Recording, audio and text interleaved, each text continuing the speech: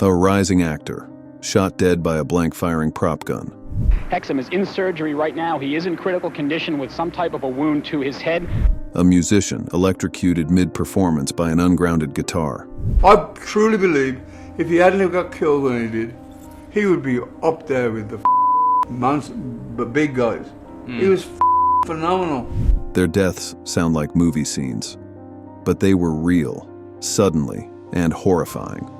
From plane crashes to stage falls, misfired weapons to everyday objects turned fatal, these weren't tragedies you could predict. When he was little, every day he would write cards. Dear Mommy, I love you so very much. Love, Antosha.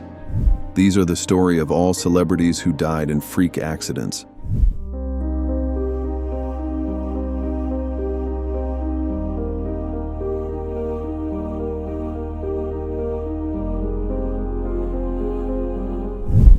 She was just 22 when the music stopped. Aaliyah, the princess of R&B, had a voice like silk and a presence both ethereal and grounded. By the time most were getting their first job, she had already redefined an era. What's up, what's up? This is Beyonce on the red carpet with one of the hottest female artists out here, Miss Aaliyah. How you doing, girl? It's so good to see you. Aaliyah signed her first record deal at 12. At 15, her debut album, Age Ain't Nothing But a Number, put the world on notice. Then came One in a Million, and finally her self-titled album, Aaliyah, which crowned her legacy. She blurred the lines between R&B, soul, and hip-hop, bold, haunting, ahead of her time. The award goes to Aaliyah. Try again. But it wasn't just music. On screen, she sizzled in Romeo Must Die and transformed into an immortal vampire queen in Queen of the Damned, a role that reached theaters only after her death. Look, please, just do me a favor and get me out of here, all right? Who's that? Nobody. On August 25, 2001, Aaliyah boarded a small Cessna in the Bahamas. The plane was overloaded. The pilot, unqualified and under the influence, had a fraudulent license and traces of cocaine and alcohol in his system. The aircraft crashed moments after takeoff. Her injuries were catastrophic. She never had a chance. She sang our heartbreaks, but no one could save her from her own.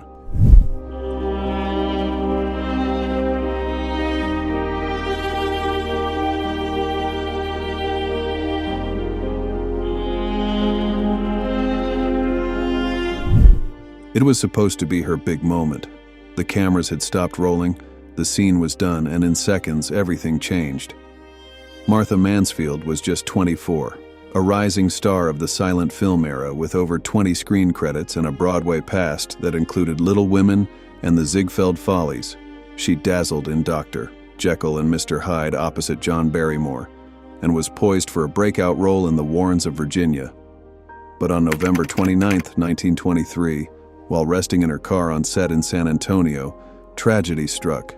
She was still in costume, a Civil War-era gown of flammable fabric, when someone dropped or tossed a lit match. Her dress ignited instantly. Co-star Wilfrid Littell tried to save her, smothering flames with his coat. The chauffeur burned his hands trying to help, but it wasn't enough. Martha suffered catastrophic burns, her face and neck spared only by Littell's quick action, and died the next day from her injuries. No one ever identified who struck the match. A life and a career reduced to smoke and silence.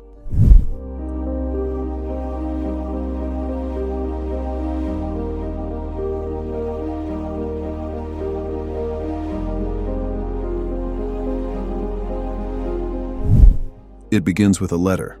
Late at night in a Paris hotel, Olive Thomas picked up a pen and started writing to her family. She scribbled a few lines, then stepped into the bathroom. Moments later, her screams shattered the silence. She was just 25. Born in 1894 in Charleroi, Pennsylvania, Olive rose from department store clerk to the most beautiful girl in New York. By 1915, she was gracing the Ziegfeld Follies and posing for artists like Alberto Vargas. Her fame soared in silent film, over 20 movies in just 4 years. In The Flapper, she didn't just play a role, she embodied a new kind of woman. Behind the glamour was chaos. Her marriage to Jack Pickford, brother of Mary Pickford, was a whirlwind of parties and rumors. On a so-called second honeymoon in Paris, Olive accidentally drank mercury bichloride, a toxic medicine Jack used for syphilis. It burned through her throat. She died 5 days later. Some called it an accident. Others whispered murder or worse. But Olive never got to explain. And that letter? It was never finished.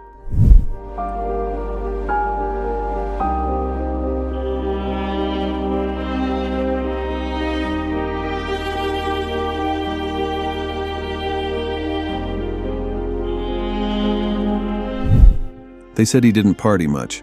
While the rest of the crew got wild on tour, Randy Rhoads would sit backstage with a guitar in his lap, headphones on, sketching out symphonic metal riffs no one had heard before. He didn't just play, he composed.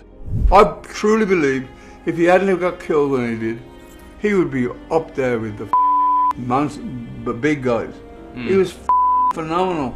By 25, he had redefined what heavy metal could sound like. From Quiet Riot's early days in Los Angeles, to Ozzy Osbourne's iconic Blizzard of Oz, Randy's neoclassical solos on Crazy Train and Mr. Crowley didn't just shred, they soared. He played in front of so many people, and it's that memory, like you watching him for that time, the impact. Yeah. He had major impact. March 19th, 1982. The tour was in Florida. A tour bus, a hangar, a tiny plane.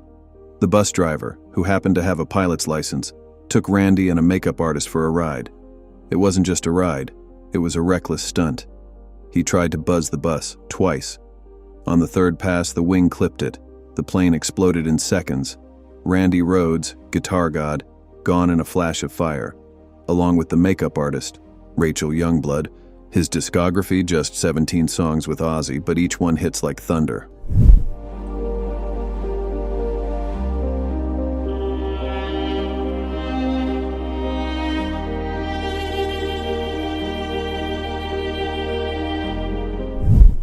He looked around the set, bored, restless, killing time between takes. The prop gun lay nearby. A .44 Magnum revolver, loaded with blanks. Jon-Erik Hexum picked it up, spun the cylinder. "Let's lighten the mood," he said, half joking, half performing. He raised it to his temple. One pull, one flash, one life shattered. At just 26, Jon-Erik was on the rise. From the football fields at Michigan State to TV screens across America, he'd landed roles that made him a heartthrob, Voyagers, Making of a Male Model, Cover Up. He had the looks, the charm, the drive. He was even starting his own production company. But the blank wasn't harmless. The pressure fractured his skull, driving bone shards into his brain. 5 hours of surgery, no hope. 6 days later, he was gone. But his organs saved 5 lives. His heart beats in a man he never met. The star went out, but he didn't disappear.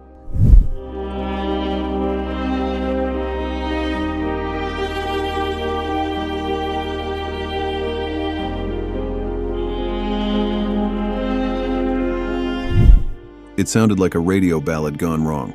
A match, a spark, a gun not meant to fire. Russ Columbo wasn't just a singer, he was a sensation. They called him the Romeo of Song, a rival to Bing Crosby and Rudy Vallee. His voice, smooth, sultry, made for velvet evenings and slow dances. His face, movie star perfect, down to the chin he may have reshaped for the screen. By 26, he had it all. Chart-topping love songs, a film career taking off, and Carol Lombard by his side. Then came September 2nd, 1934. Visiting a friend in Hollywood, Russ stood nearby as an antique dueling pistol accidentally discharged. The bullet ricocheted off a table and struck him in the head. Surgeons tried but couldn't save him. He died that day. His mother never knew. Friends sent fake letters and photos for years to protect her heart. Russ Columbo sang about love. He died in an accident that sounds like fiction.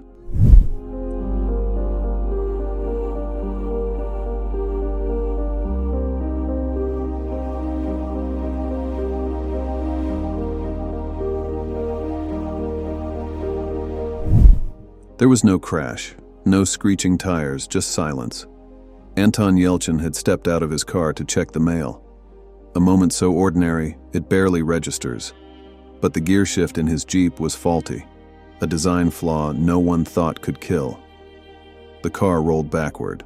A steep driveway, a brick pillar, and then nothing. Here to the stunning death in Hollywood, a young actor, a rising star, known for his work on Star Trek. He was killed trapped between his SUV and his driveway gate. Anton was 27.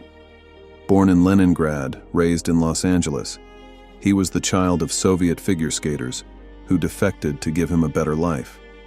He started acting at age 10. By 11, he was starring opposite Anthony Hopkins.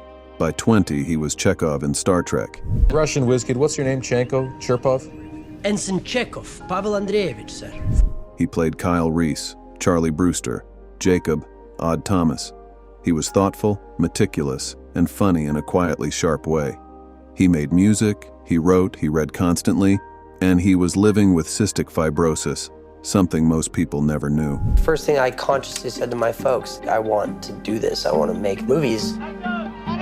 Anton's death led to a massive recall, but it couldn't bring him back. The world lost a quiet kind of genius. When he was little, every day he would write cards. Dear mommy, I love you so very much. Love, Antosha.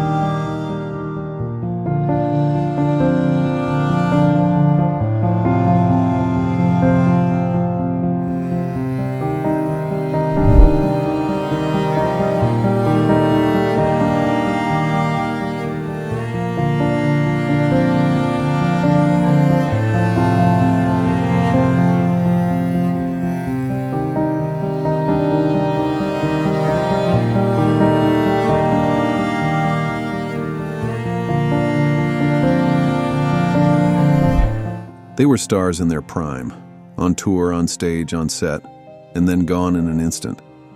These weren't cautionary tales about fame or excess. They were the kind of deaths that make you stop and ask, how is that even possible? Which one left you speechless? And which story have you never heard until now? Drop your thoughts in the comments and let's honor them not just for how they died, but for what they gave us while they lived. Hit like, subscribe, and stick with us as we uncover more of the most unbelievable endings to some of the most unforgettable lives. Stay curious and compassionate, and we will see you in the next video.